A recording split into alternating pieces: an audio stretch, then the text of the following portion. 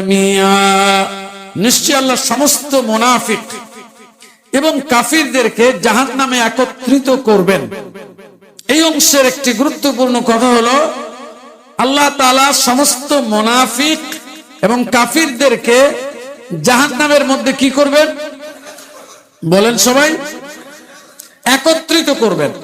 সব কাফির, সব মুনাফিক এদেরকে জাহান্নামের মধ্যে কি করবেন? একত্রিত করবেন। প্রিয় ভাই, সব মানুষের মধ্যে প্রকৃত অর্থে বিশ্বাসের দিক থেকে শ্রেণী বিন্যাস হচ্ছে তিনটা। কয়টা? একদল কাফির, একদল মুমিন, আর একদল মুনাফিক। বুঝে আসছে? একদল কি আর একদল মুমিন, একদল মুনাফিক। কয়টা হলো?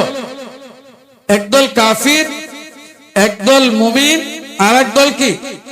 মুনাফিক। মূলত মুমিনের পরে কাফির, মুশরিক, নাস্তিক বলতে যা বুঝায় এরা সবাই কাফের। এরা সবাই কি? কাফের। আর তৃতীয় শ্রেণী হচ্ছে মুনাফিক। এরা কি? অর্থাৎ ইমানের বেশে, ইমানের চেহারায় ভেতর থেকে দ্বীনহীনতা লালন করে। এরা হলো মুনাফিক। এরা কি? মুনাফিক। তো গুরুত্বপূর্ণ কথা হচ্ছে মুশরিক, কাফির মুশরিকদের যেই পরিণাম, মুনাফিকদেরও একই পরিণাম হবে। বুঝে আসছে কথাটা? কাফির মুশরিকদের যেই পরিণাম হবে, মুনাফিকরা, কথাটা বোঝেন নাই সবাই। একজন মুমিন সে গুনাহগার, যে কোনো ভাবে তার প্রবৃত্তির তাড়নায় হোক, শয়তানের ধোঁকায় হোক, পৃথিবীর মোহে হোক, কোনো না কোনো ভাবে পাপ করেছে, কিন্তু সে মুমিন। সে কি? তার অন্তরের জায়গা থেকে সে নেফাকি করে না, মুনাফিকি করে না, দ্বিচারী না, এক আল্লাহর উপরে পূর্ণ বিশ্বাসী।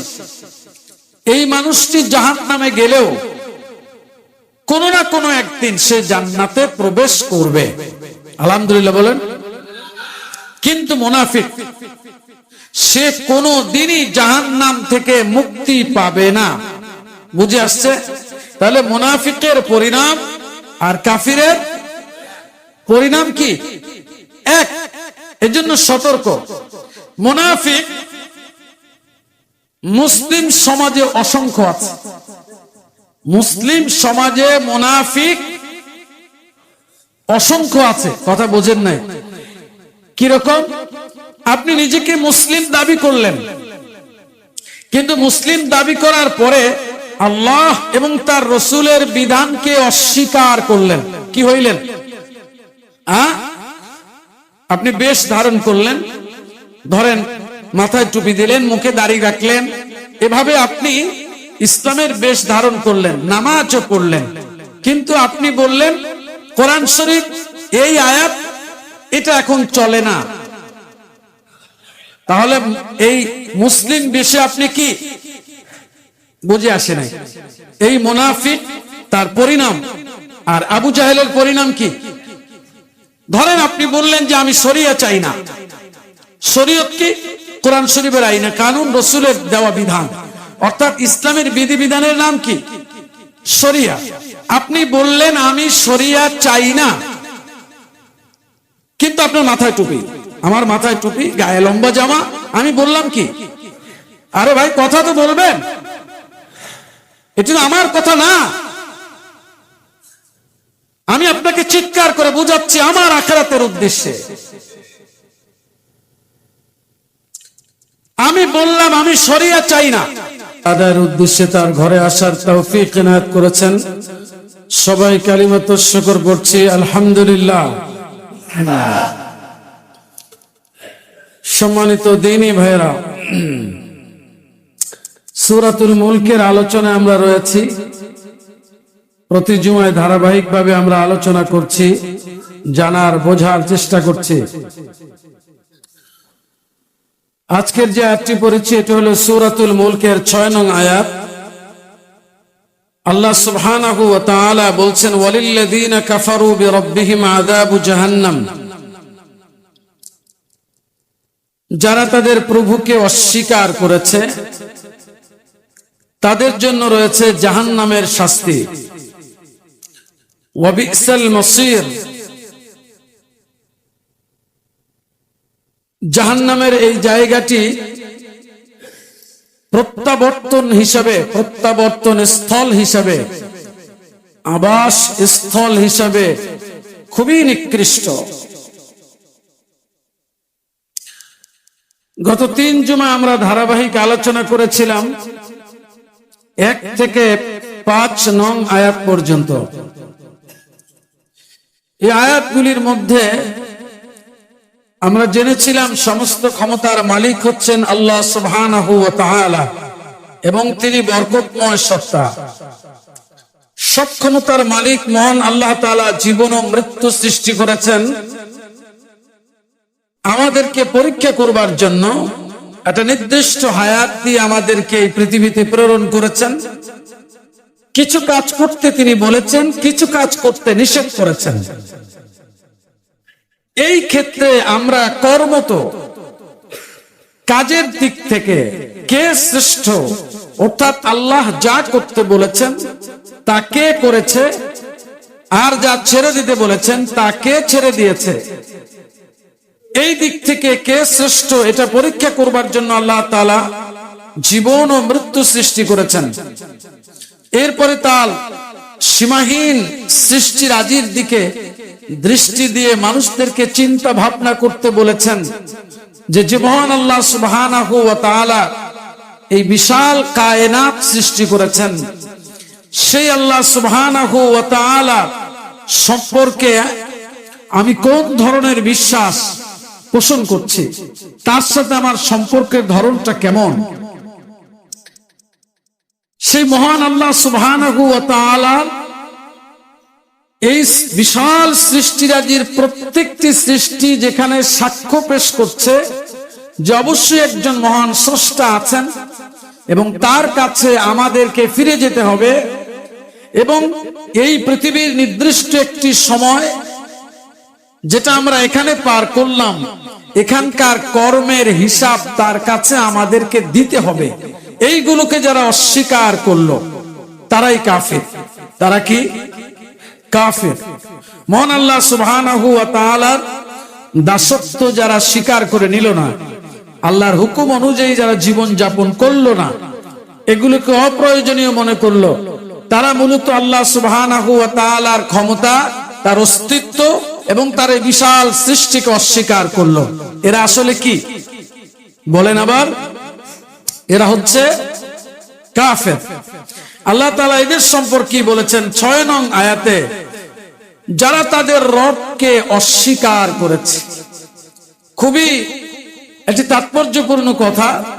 আল্লাহ তাআলা বলেন নাই যারা কুফরি করেছে। খেয়াল করুন, ওয়ালিল্লাযীনা কাফারু বিরাব্বিহিম, যারা নিজের রবকে অস্বীকার করেছে।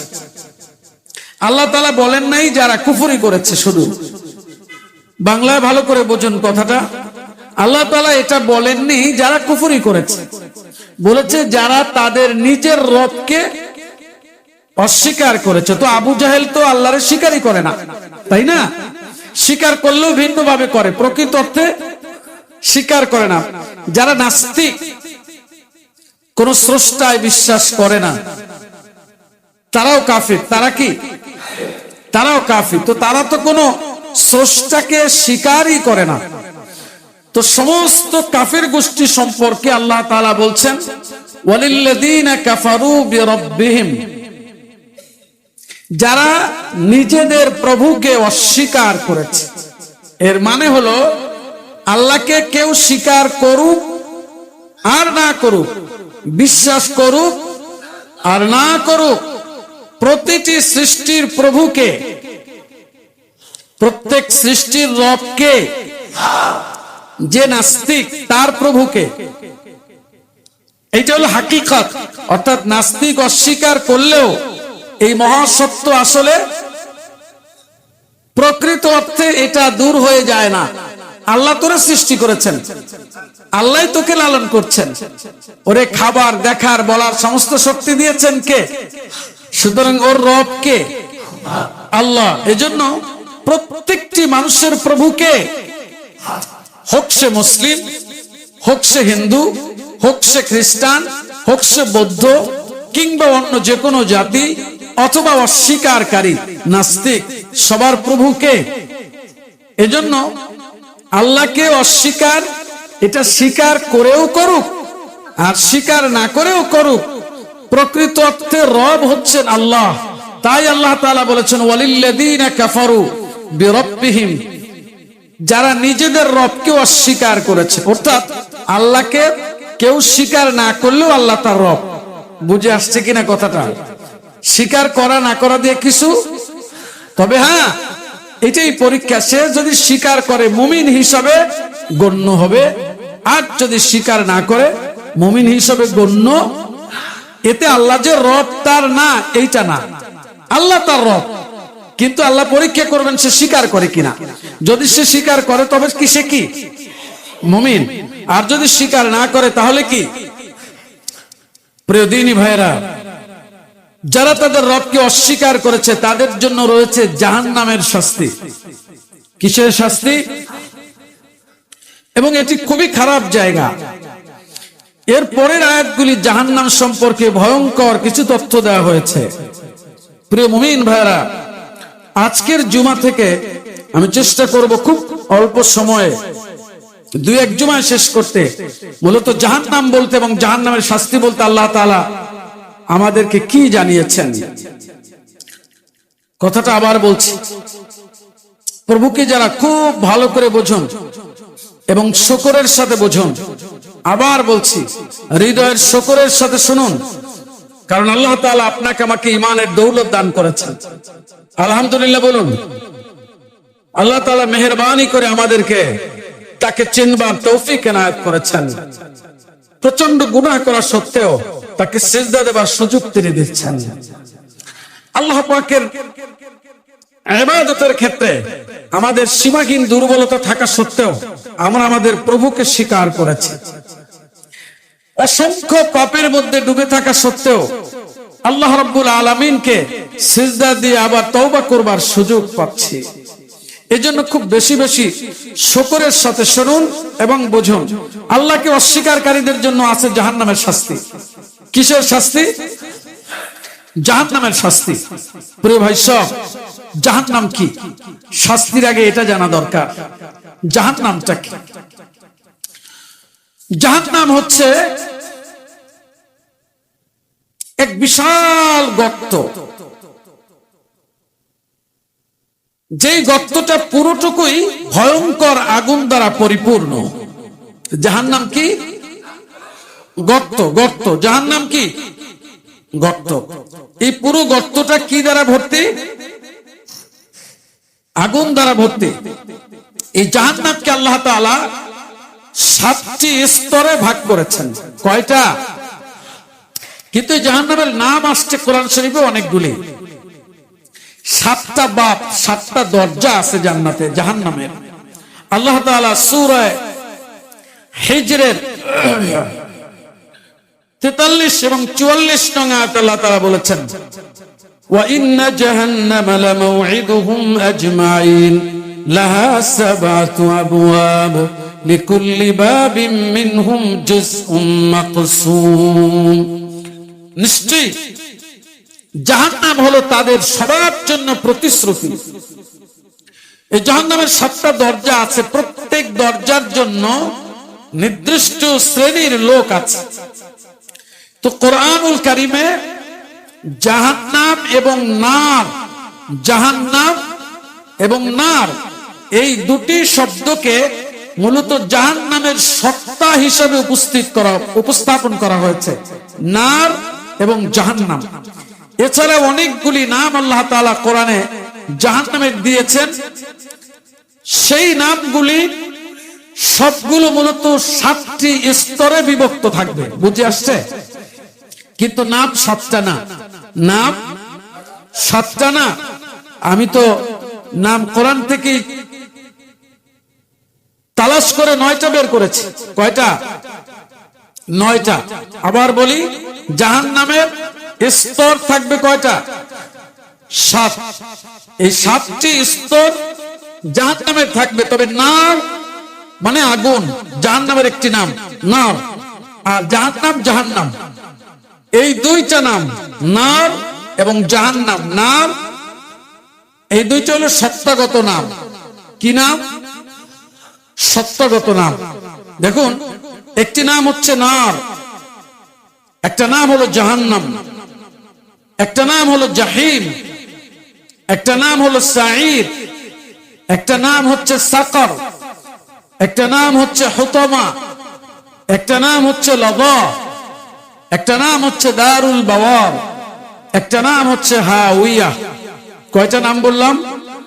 9টা। প্রিয় মুমিন ভাইরা, এই যে নামগুলো বলছি, এই নামগুলোর যে বাস্তবতা, এর মধ্যে যে সত্য লুকানো আছে, সেটা এত ভয়ঙ্কর, সেটা এতই ভয়ঙ্কর যে একজন মুমিন ব্যক্তি কল্পনা করলেও আটকে উঠবে। তাহলে জাহান্নাম একটি গর্ত এবং সেটি আগুন দ্বারা ভরা। কোরআনুল কারীমে এই জাহান্নামকে 7টা স্তরে আল্লাহ তাআলা ভাগ করে রেখেছেন বলে আমাদেরকে জানানো হয়েছে।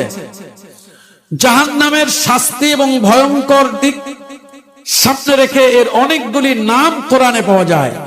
বুঝে আসছে?